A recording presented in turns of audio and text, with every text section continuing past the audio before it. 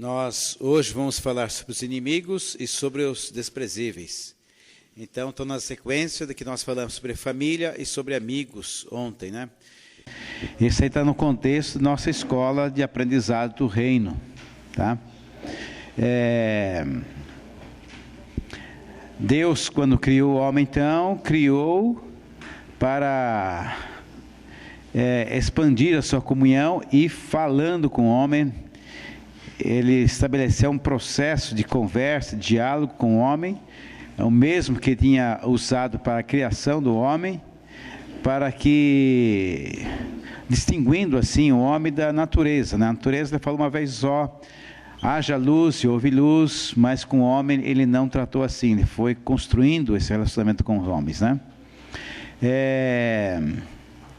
E por essa mesma razão também é que Jesus faz toda a redenção nossa, nos resgata para o projeto original, para expandir também a comunhão. Jesus subiu ao Pai e deixou o Espírito Santo aqui para administrar a comunhão, a glória que ele havia já trazido para cá. Certo? Então, isso nós vimos nesses dias anteriores. Depois falamos sobre a importância da família, a importância dos amigos, né? Nesse contexto de Deus ter comunhão conosco, Deus nos comunicar, falar conosco. Deus fala de muitas formas, de muitas maneiras, e hoje a gente vai ver sobre a importância dos inimigos e a importância dos desprezíveis nas nossas vidas. Precisamos perceber isso, né? Vamos orar. Senhor, te louvamos, Pai querido, por estarmos aqui nesta manhã, Senhor. Precisamos de Ti, da Tua graça, necessitamos de Ti, Senhor. Olhamos para Ti porque é de Ti que vem o nosso alimento, Senhor. A nossa porção diária, Senhor. O pão nosso cada dia, Senhor, as palavras de vida eterna, Senhor, a porção do maná diário, Senhor. Nós precisamos ouvir a Tua voz. Tu fala todos os dias, Senhor, Tu fala sempre, Senhor. Nós não queremos ter ouvidos que desperdiçam, Senhor, coisas preciosas que vêm de Ti, Senhor. Senhor, nós não queremos dar importância à voz humana, Senhor, seja ela novidade para nós, sejam elas instaladas ante nós, Senhor. Queremos que a Tua palavra, Senhor, ocupe o espaço que é em nós, Senhor, para a glória do Teu nome, em nome de Jesus. Então, você fique à vontade para, quando for necessário, fazer a sua intervenção, pergunta, especialmente as perguntas mais bobinhas, né? Elas nos ajudam muito. E também, se não tiver, sem problema. E também, se você tiver assim um tanto não à vontade para conversar, aqui nós podemos conversar nos intervalos também. Mas estamos chegando ao final. Bom,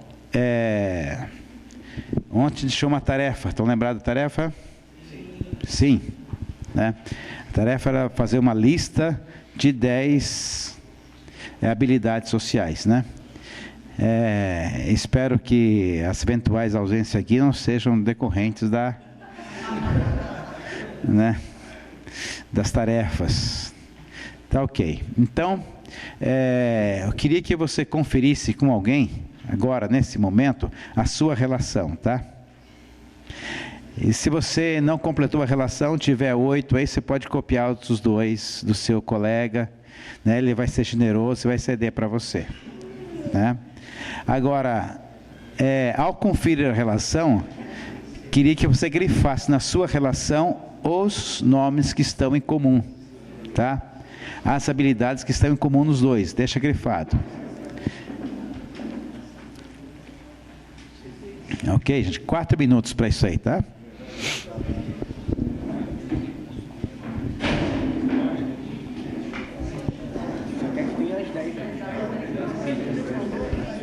A relação tem que ter 10. Se na sua falta, você pode completar com a do amigo, tá?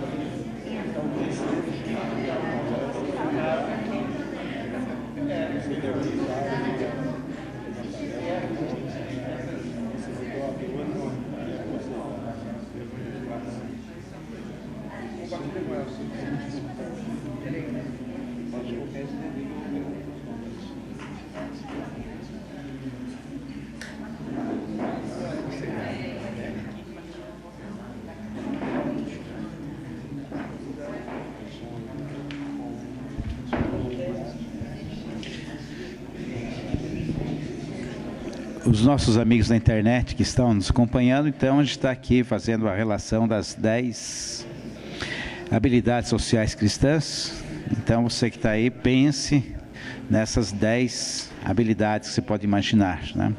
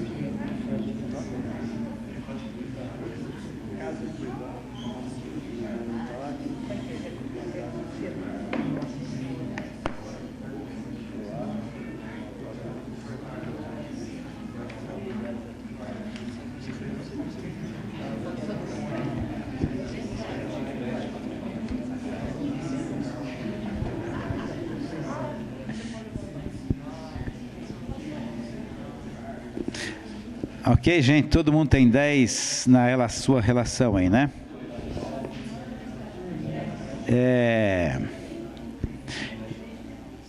E esse primeiro exercício, fala primeiro, então significa que tem um segundo, né? Porque nossa abordagem aqui são as habilidades sociais cristãs e também os projetos comunitários individuais. Então, uma coisa é base para a outra. Então, por favor, mantenha a sua relação aí, grifando os que estão em comum, né? E se você tinha 0, agora você tem 10, né? Se tinha 8, tem 10, se tinha 5, tem 10, né?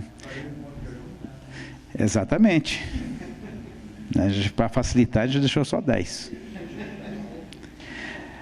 Ok. Bom, hoje então, isso daí vai ser usado, tá? Não é um aleatório, não é só para se divertir. Vamos ver então a respeito dos inimigos. Eu queria primeiramente começar lendo o texto de Mateus 5:38 até o 48. Ok? É bem conhecido, com certeza você já leu algumas vezes. Ouvistes o que foi dito, olho por olho, dente por dente. Eu, porém, vos digo, não resistais ao perverso, mas a qualquer que te ferir na face direita, volta-lhe também a outra. E ao que demandar contigo e tirar-te a túnica, deixa-lhe também a capa. Se alguém te obrigar a andar 1 milha, vai com-lhe 2. Dá quem te pede e não volte as costas ao que te deseja que lhe emprestes. Ouviste que foi dito, amarás o teu próximo e odiarás o teu inimigo. Eu, porém, vos digo, amai os vossos inimigos e orai pelos que vos perseguem, para que vos torneis filhos do vosso Pai Celeste, porque Ele faz nascer o seu sol sobre os maus e bons, e ver chuva sobre os justos e injustos.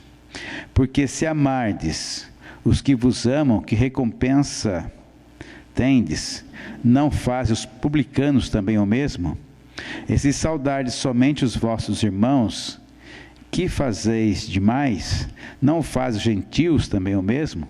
Portanto, sede vós perfeito, como perfeito é o vosso Pai Celeste.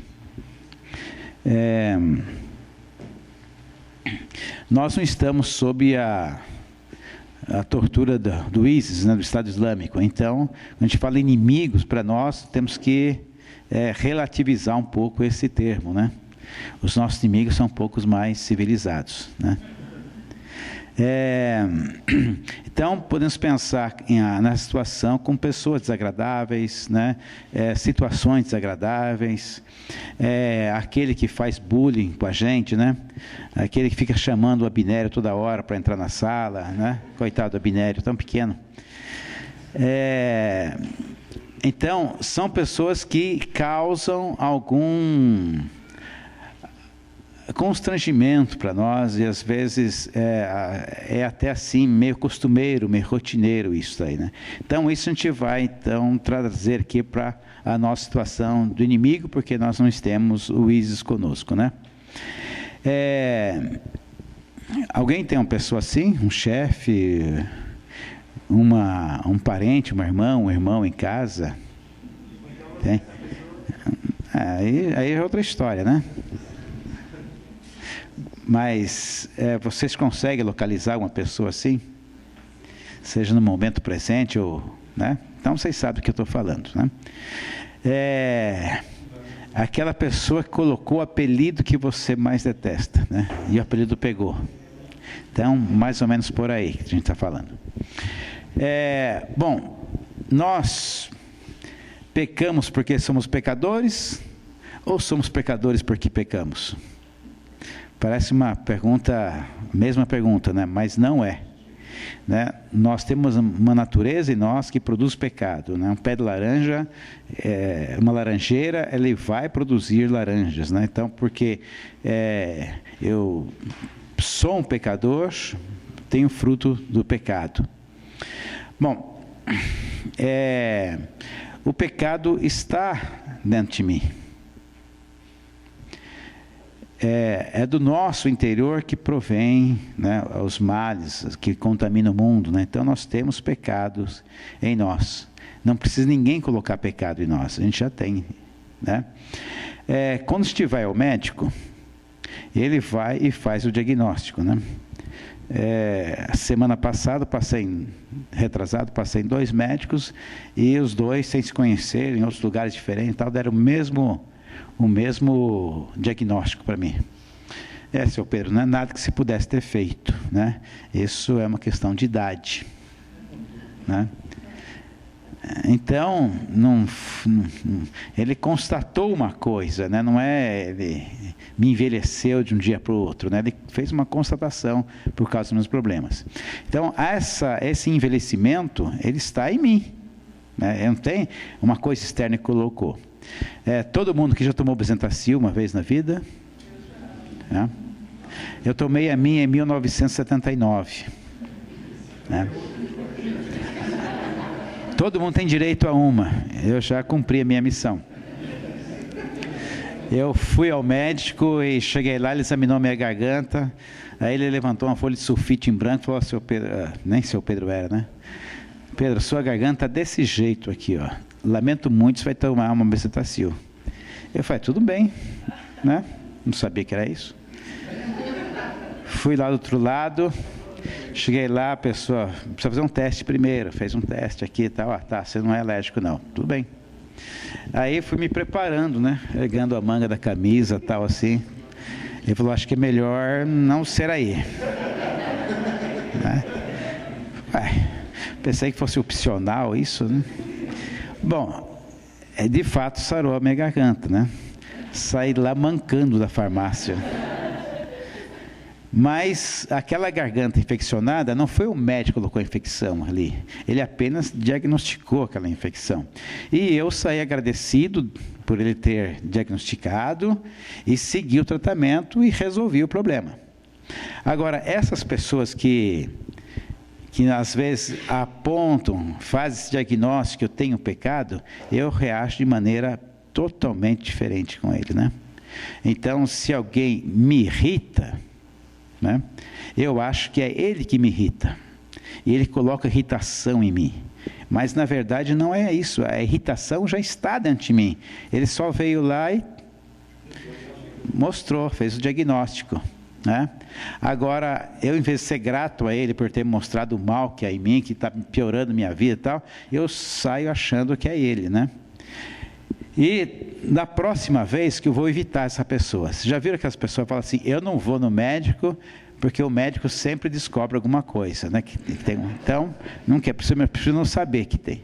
Então, você passa a evitar esses doutores da vida aí, né? Então, se ele vai em um lugar, você não vai, se a família vai se reunir, aquele cara vai estar lá, não é legal, não vou, né? Aquele cunhado maravilhoso e tal.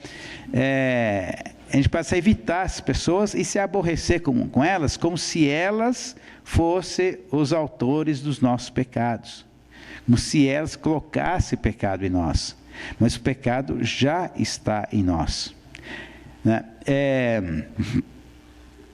E eles estão fazendo uma consulta de graça para a gente ainda, né? Não cobram nada, eles têm prazer na profissão deles normalmente.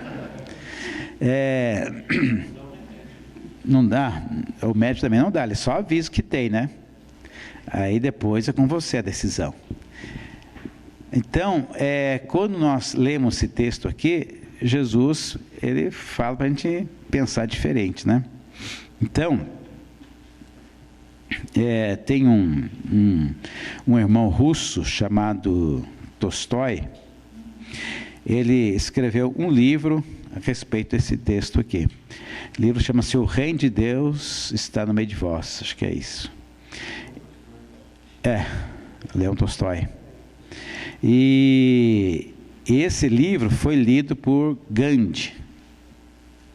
E ele inspirou Gandhi, que trouxe a libertação à Índia, a Bangladesh e o Paquistão do Império Inglês.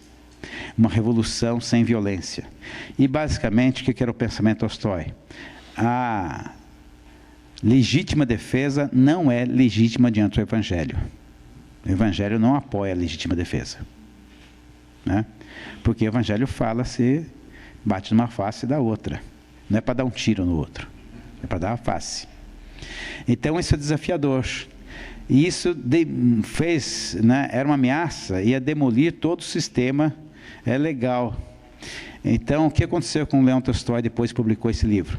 Ele foi exilado na Sibéria, né? Ele foi excomungado da Igreja Ortodoxa, porque isso aqui, olhando desse jeito, ele vai demolir todo o sistema, toda a estrutura que tem, né? E o livro ficou censurado mais de 100 anos. Acho que voltou a ser publicado em 1966, por engano, por aí. E no Brasil tem já em português, tem esse nome, né? O Reino de Deus está no meio de vós. Vale a pena ler. Obviamente que Jesus aqui não está falando de pessoas que são amáveis, né? Pessoas que vão fazer favor para nós, etc. Está dizendo para a gente não discriminar essas pessoas, mas tratá-las bem, atender às expectativas dela. Ela quer que você ir além até, né? 1 milha, não, vai 2. Ele quer a capa, dá também a túnica. É você ir além com pessoas que não são do nosso, né? Que não vão produzir, não vai dar retorno para nós, né?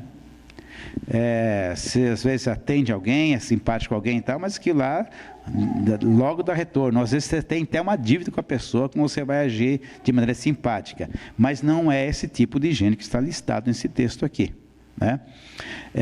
Aqui fala do perverso, aquele que demanda conosco e assim por diante.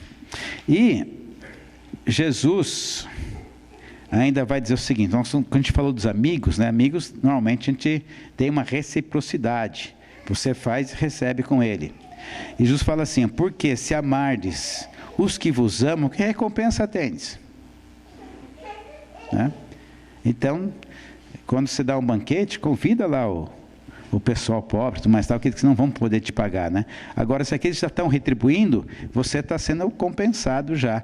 Então, que recompensa tem se a gente só dá atenção para esses, né? Mas o nosso Pai, Ele faz chover sobre o justo, o injusto, o sol, etc., né? Então, para a gente fazer a diferença, nós temos que ir além. Tem muitas sociedades de autoajuda, ou de ajuda mútua, melhor dizendo, que elas agem assim, né? chega em um lugar, se você se identifica como membro dessa sociedade, você vai ter toda a acolhida, portas abertas, facilitações, tal, porque essa é a regra que tem no meio deles, né? É uma cultura, sim. Agora, Jesus está falando para a gente fazer isso com aqueles que não fazem parte da nossa sociedade, senão a gente fica igual a eles, né? Então, a gente talvez o mais conhecido assim, de ajuda mútua são os maçons, né? Mas Jesus está falando de ir além disso. Bom, Paul Wilhelm escreveu uma coisa que eu acho muito interessante. Nós agimos como gostaríamos de ser, mas nós reagimos como realmente nós somos, né? Então, quando não dá tempo de você pensar, você vai para cima, né? Então, não fuja de quem deseja que te emprestes. Bom, agora o nosso outro tema, a gente vai gastar um pouco mais aqui,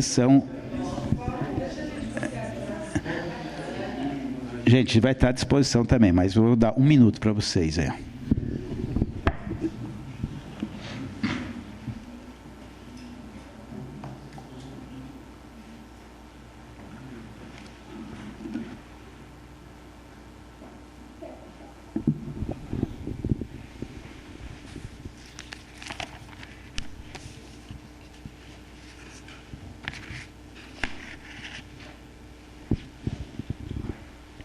Então, graças a Deus pelos doutores que nós encontramos pela vida, né? Às vezes dentro de casa, no trabalho, né? Todo dia tem alguém aí para nos dar essa consulta e fazer diagnóstico, né? E se nós atendermos para ele, né? A gente vai poder melhorar muito.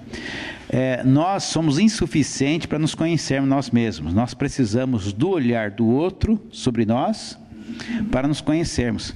E às vezes a opinião do outro, né, sem a opinião do outro, nós não sabemos quem somos. Então, deveríamos ser gratos a Deus, né? Qual o apelido que pega a gente? Aquele que você não gosta, aquele que dá oportunidade para o bullying. Agora, quando o apelido não tem sentido, você não liga para ele não pega. Então, a maioria das provocações que nós recebemos, elas prosperam porque nós valorizamos ela, né? Então, se você é uma pessoa que se irrita fácil e tem aquele ponto, aquele assunto que você não gosta, mas tal, a pessoa vem exatamente ali. Agora, talvez você superou isso, né? Perdeu a graça, perdeu a vontade de fazer isso, né? Então, isso depende de nós, não do outro. Bom, os desprezíveis, lá Mateus 25, 31 a 46.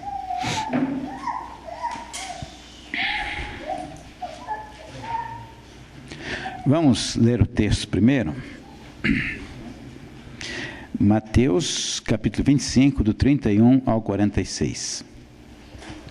Quando vier o Filho do Homem na sua majestade, e todos os anjos com ele, então se assentará no trono da sua glória, e todas as nações serão reunidas em sua presença, e ele separará uns dos outros, como o pastor separa dos cabritos as ovelhas. Então, 2 grupos, um grupo de cabritos e um grupo de ovelhas. Ele porá as ovelhas à sua direita e os cabritos à sua esquerda.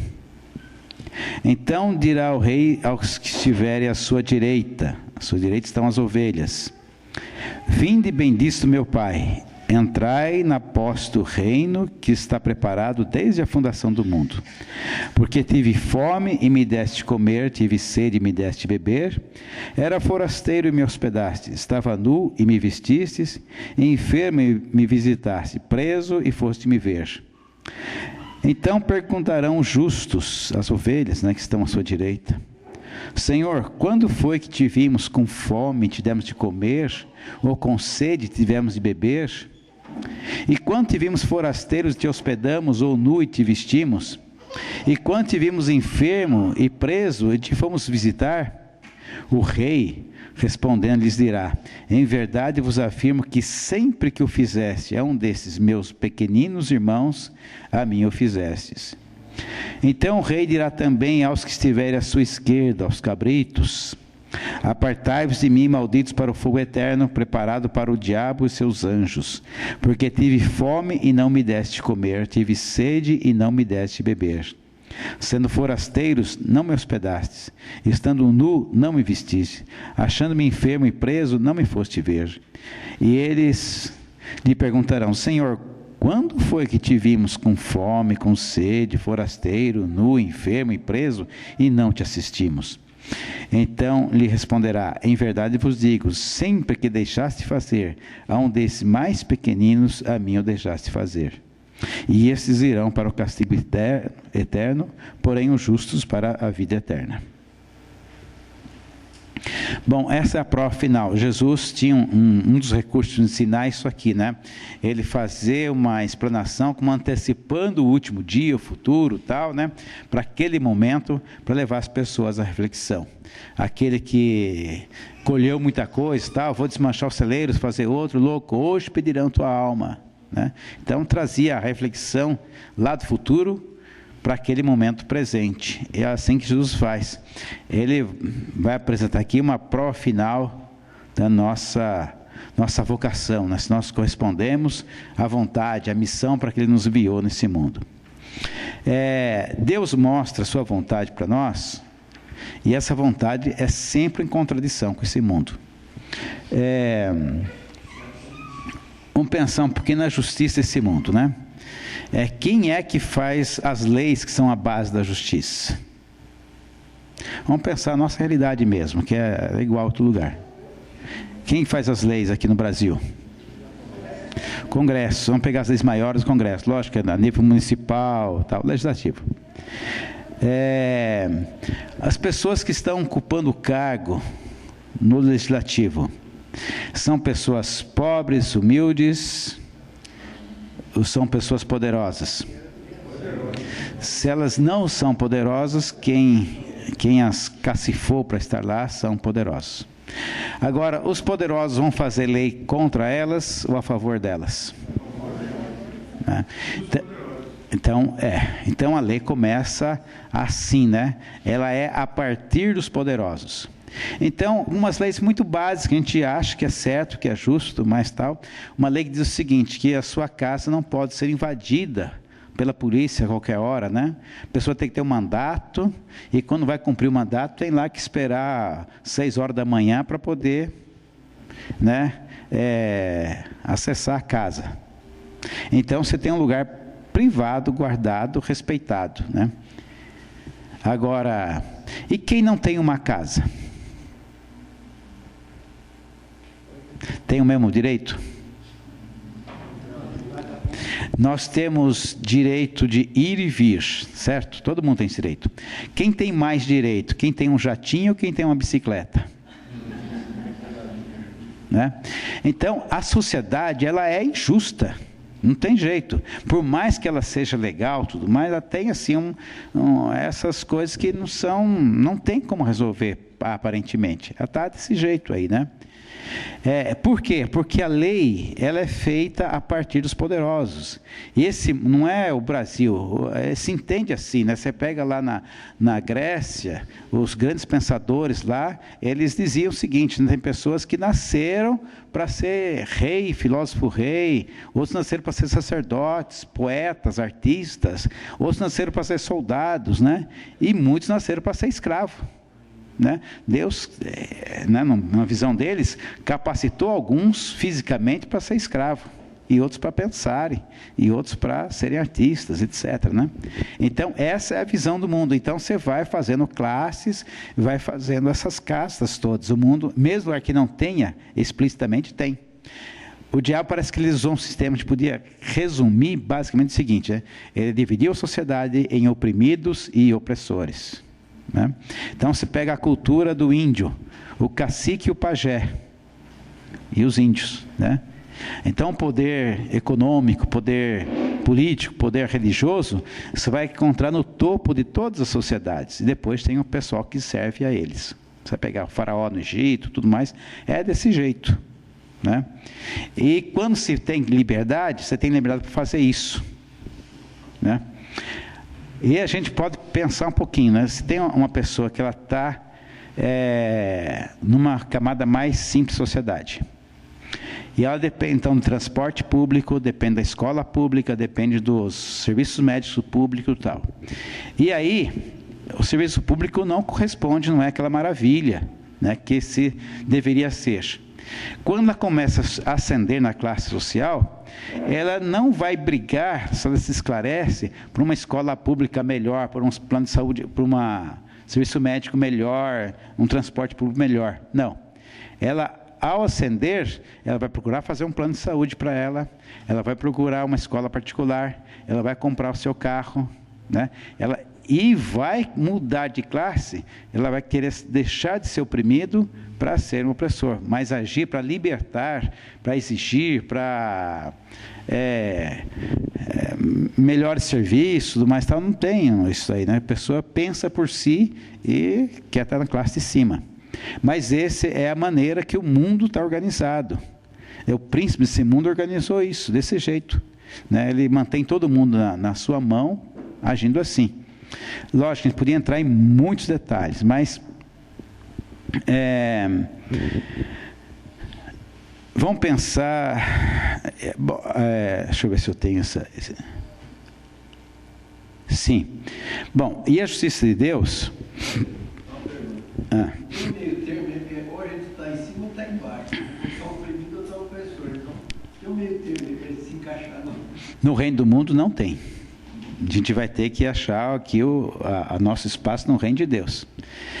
Agora, a justiça de Deus, ela é uma justiça includente, né? Ela inclui todo mundo, porque ela é feita a partir dos pobres. Então, a gente vai ver lá que o pobre, lá, quando Deus trouxe a lei dele muito clara, quando Deus pretendeu fazer o seguinte: olha, todas as nações estão servindo ao diabo, e eu vou colocar uma nação para ser exemplo, modelo aí. Ele deu uma lei para essa nação também, né? E lá a base da lei, da justiça, ela parte do pobre. Então, o pobre lá, ele tem direito, começa daí, né? Então, alguns casos, a pessoa tem lá a sua terra, sua fazenda, sua plantação, né? Quando ele vai colher aquilo que ficou para trás, ele não pode voltar a recolher. Aquilo que ficou para trás é do pobre.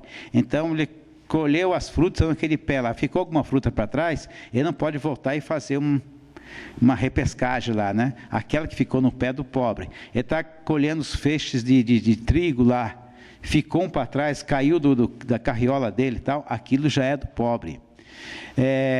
Ele plantava a sua lavoura, e a moldura da lavoura, naquele entorno, pertencia ao pobre. Então, o pobre passando, ele podia colher dali. No 7º ano, baixa a cerca, e o pobre pode colher na sua lavoura. A cada 3 anos, ele pegava 10% do que produzia lá, e colocava nos portões da cidade para que os pobres comessem aquilo lá. E assim vai, né? O empréstimo sem juros, o empréstimo ao direito de servir ao outro, e até de vender e de resgatar a propriedade. O sábado vai alinhado com o pobre, né? O sábado é uma coisa colocada e aproveitada, e ela visa principalmente o pobre, porque no dia de sábado suspende as relações de senhor, escravo, patrão, empregado, né? Todo mundo é livre no sábado. No ano sabático, é um ano só de sábado. Quem que gostava do ano sabático? Né? Tá ali no 6º ano, mas tal, quem tinha as fazendas estava ali coçando a cabeça, como é que eu vou fazer? E o pobre estava esfregando a mão, porque o ano que vem tinha sábado. Então, o sábado é um alinhado pobre, e o sábado semanal aponta para o sábado anual, né? O ano sabático, que aponta para o jubileu, e o jubileu, então, aponta para o reino, né? Depois do jubileu é o reino. Então, tudo. E o evangelho que Jesus anunciava, pregava para quem? Aos pobres e anunciado o evangelho. Esse tinha interesse em tudo isso. Então, a justiça de Deus, ela inclui porque ela parte dos pobres. Aí não fica ninguém de fora, né? E a gente vai chegar nisso que o Sérgio está falando aí. O homem usurpou bens que Deus deixou para uso, privando a muitos, né? Então, você tem um terreno, mas como é que você tem esse terreno? Quem disse que o terreno é seu?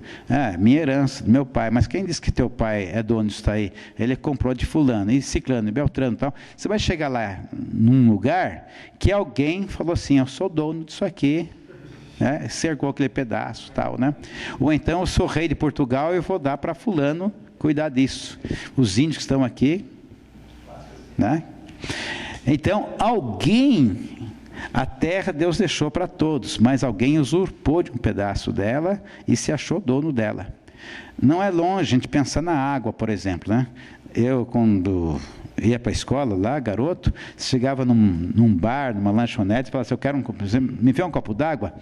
O balconista não pensava duas vezes, ele ia lá, pegava um copo, abria uma torneira da água do poço que tinha na casa dele, ali no bar dele, e te servia, né? Se você queria um copo de água mineral, você tem que falar água mineral. Hoje chega num estabelecimento, pede água, o cara com gás ou sem gás, ele quer te vender, né? Porque ele paga por essa água. Agora alguém foi lá na fonte e falou, isso aqui é minha, né? Foram privatizando essas coisas que eram bens para uso e não para ser propriedade. E aí então, quando alguém começou a tomar conta, faltou para outro, né? Quem aqui tem uma fonte de água para vender aí? Mas nós tomamos água da fonte, né? Aliás, a água aqui é uma benção, tá? Aqui a água toda, ela aqui é água potável, né? Todo lugar que você vai tomar aqui é potável. Então aquele bebedouro lá não tem diferença, que faz que ele gela a água, mas os restos é tudo, é a mesma água. Bom, na Bolívia privatizaram a água lá, né?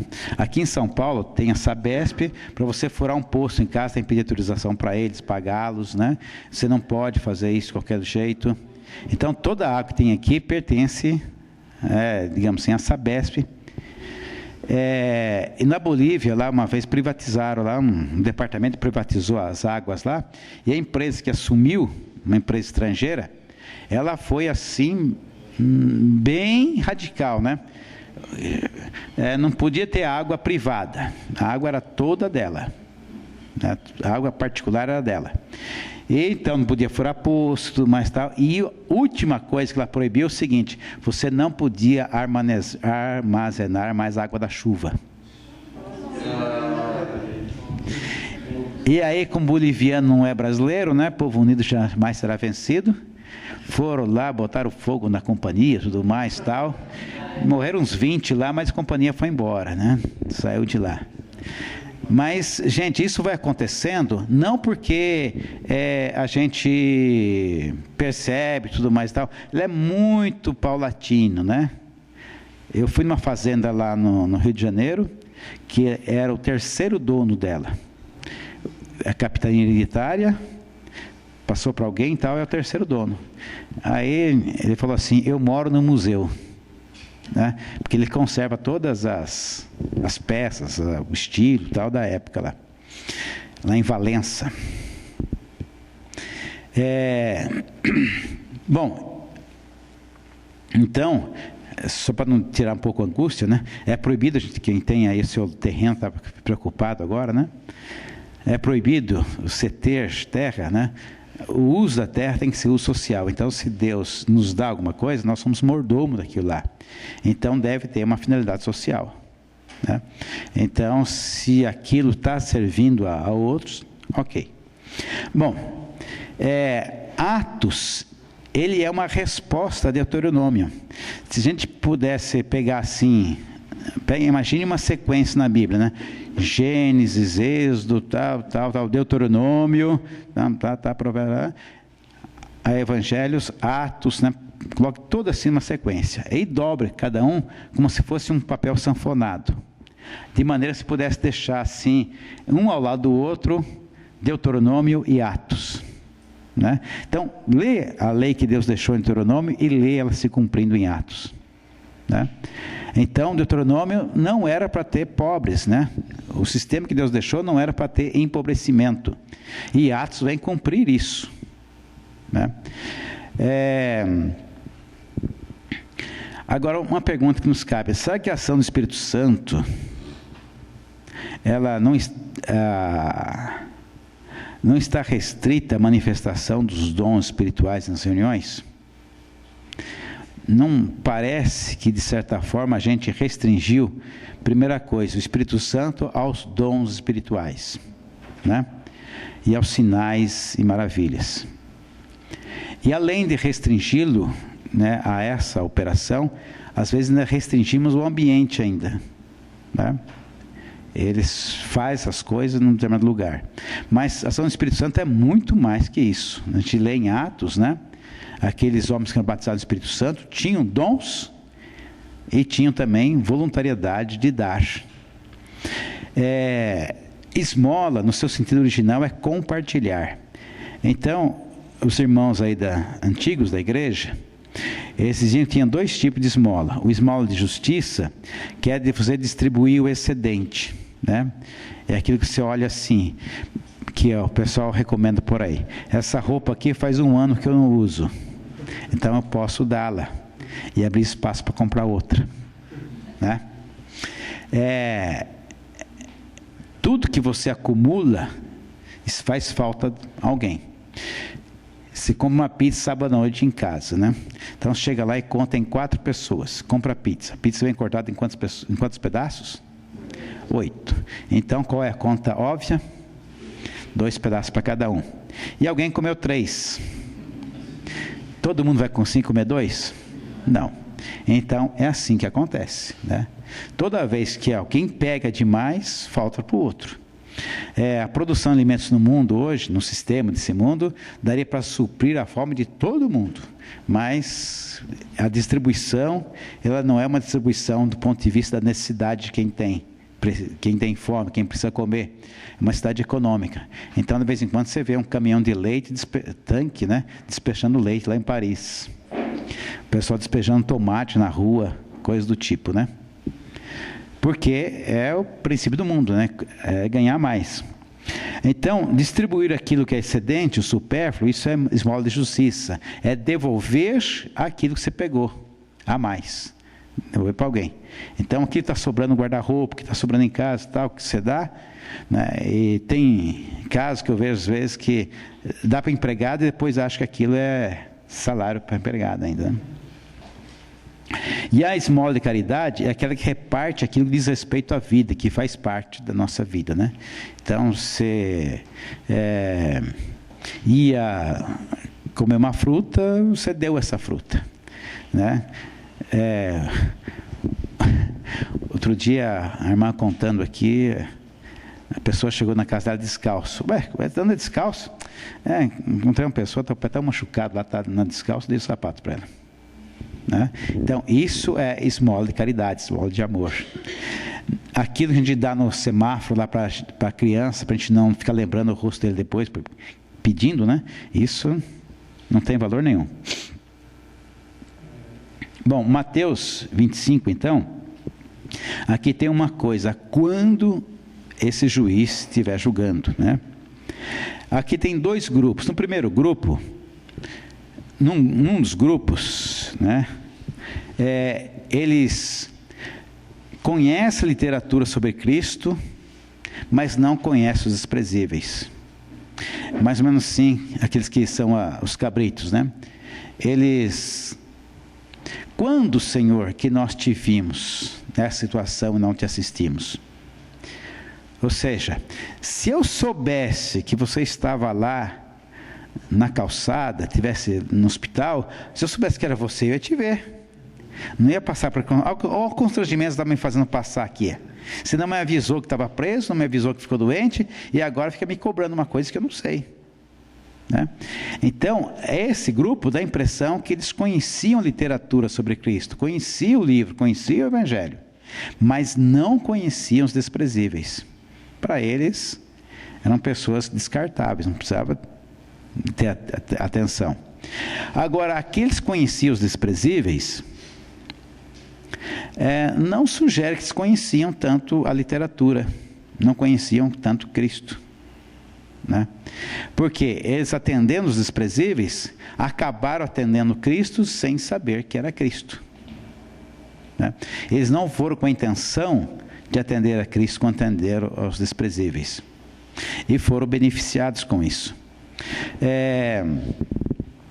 Ambos ficaram surpresos, mas o que fez eles ficarem surpresos foram as próprias motivações deles. Uns atenderiam se soubessem que era Cristo, outros atenderam sem saber que era Cristo que estava lá.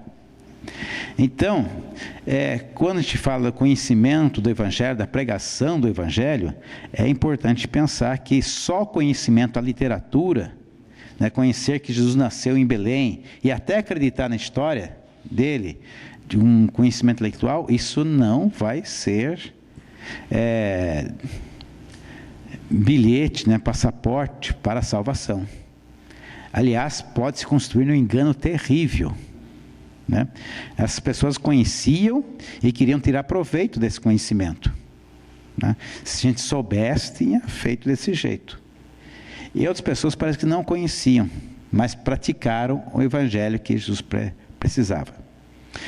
Eu não quero colocar uma resposta, mas quero colocar para pensar uma situação. Imagine uma aldeia indígena, que é um povo não alcançado, um povo isolado, um povo não contatado, coisas do tipo. E lá eles têm um costume seguinte, eles vivem de caça, né? Caça peixe, caça... A gente fala pescar peixe, mas eles não pescam peixe, né? Eles caçam peixe também. E lá um dia, um índio lá quebra a perna, se machuca e tal, e fica impossibilitado de fazer a sua caça, de sair para caçar. E o amigo dele vai e começa então a providenciar alimento para ele e para o amigo, né?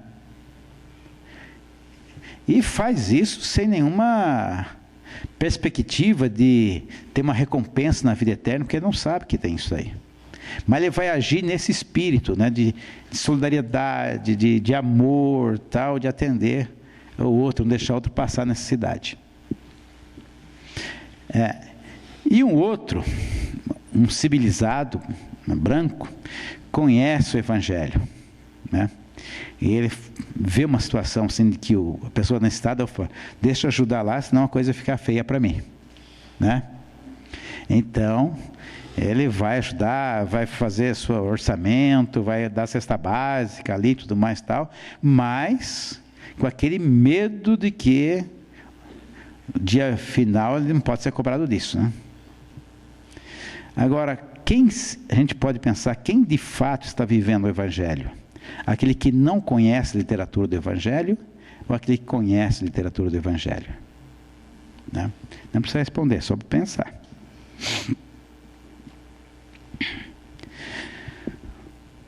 Pensando, né, gente? Então,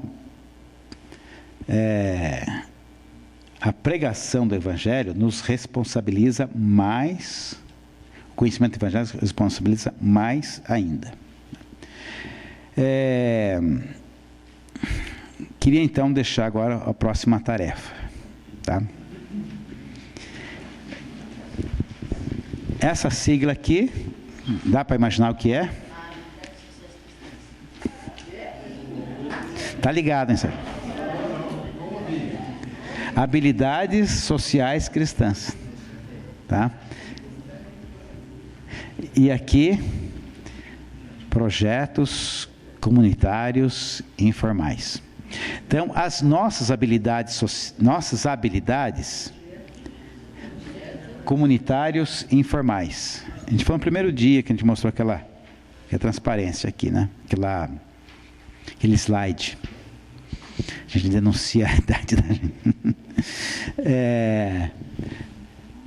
Habilidades, nós sabemos, né? A pessoa tem certas habilidades. Jesus tinha uma habilidade de ter compaixão, né? Habilidade de amor. Pessoas são habilidades de serem assertivas, né? elas falam com a gente, falam de maneira bem objetiva, acertam aquilo que tem que ser falado, tal, né? Então tem várias habilidades aí. E se elas são sociais, elas não são para nosso lucro, para nós, para ser compartilhada. E se elas são cristãs, nós temos que então selecionar. Tem habilidades nossas que não são cristãs, né? Tinha uma propaganda de um cigarro feito pelo Gerson, jogador de futebol. E o Gerson foi conhecido por uma frase que ele falou e que depois virou a lei de Gerson. Lembra a lei de Gerson? Levar vantagem em tudo, né? O jeitinho brasileiro. Então, pode ter habilidades aí, mas habilidade que não, né? 171 é habilidoso? Né? Mas é cristão? Não. Então, essa habilidade sociais cristãs. E a gente tendo essas habilidades pode alimentar então os projetos comunitários informais. E esses projetos comunitários informais vai nos remeter a desenvolver novas habilidades. O que a gente quer dizer com projetos comunitários informais? Primeiro, pensar em projeto, uma ideia, né? Uma coisa que é original, uma iniciativa que você vai ter. Não pense em coisa muito mirabolante, tá? Comunitário, porque ela vai ser a favor da comunidade ou de alguém na comunidade. E ela é informal porque ela dispensa qualquer cronograma, qualquer orçamento, qualquer coisa assim grande que precise disso, né? Então, você fala assim, nós vamos construir uma creche nessa comunidade. É um projeto, ele é comunitário, mas não é informal, né? Agora você fala o seguinte, eu vou entregar essa básica, ou então vou apadrinhar alguém numa casa de cooperação, né? Está ao seu alcance. Então, o projeto informal é aquele que está, primeiramente, ao seu alcance. Está ao alcance das suas mãos, ao alcance das suas finanças, ao alcance das suas posses, ao alcance geograficamente, né?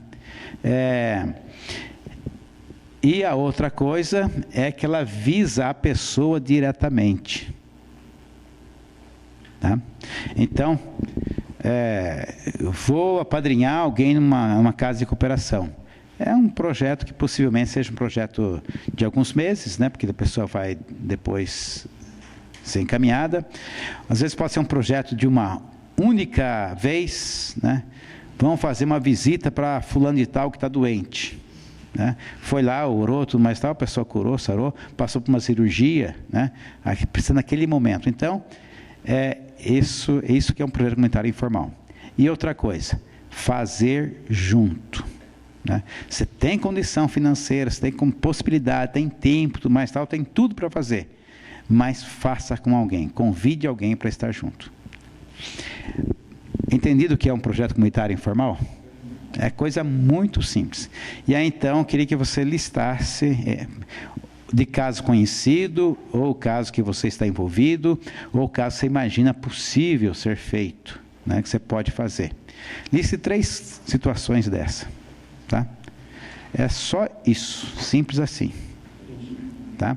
Se alguém tiver alguma dúvida, como elaborar um projeto comunitário informal, a gente pode detalhar mais.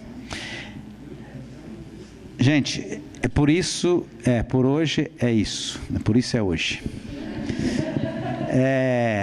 O que a gente quer com isso aqui? A gente, digamos, deu uma divagada, uma base teórica, mas queria sair daqui amanhã com algumas coisas práticas, né? Uma coisa que você pode chegar e pegar essa aula que nós tivemos aqui, essas 5 aulas, e fazer uma coisa em função disso, e com um embasamento de fé, com um embasamento sobre a vontade de Deus.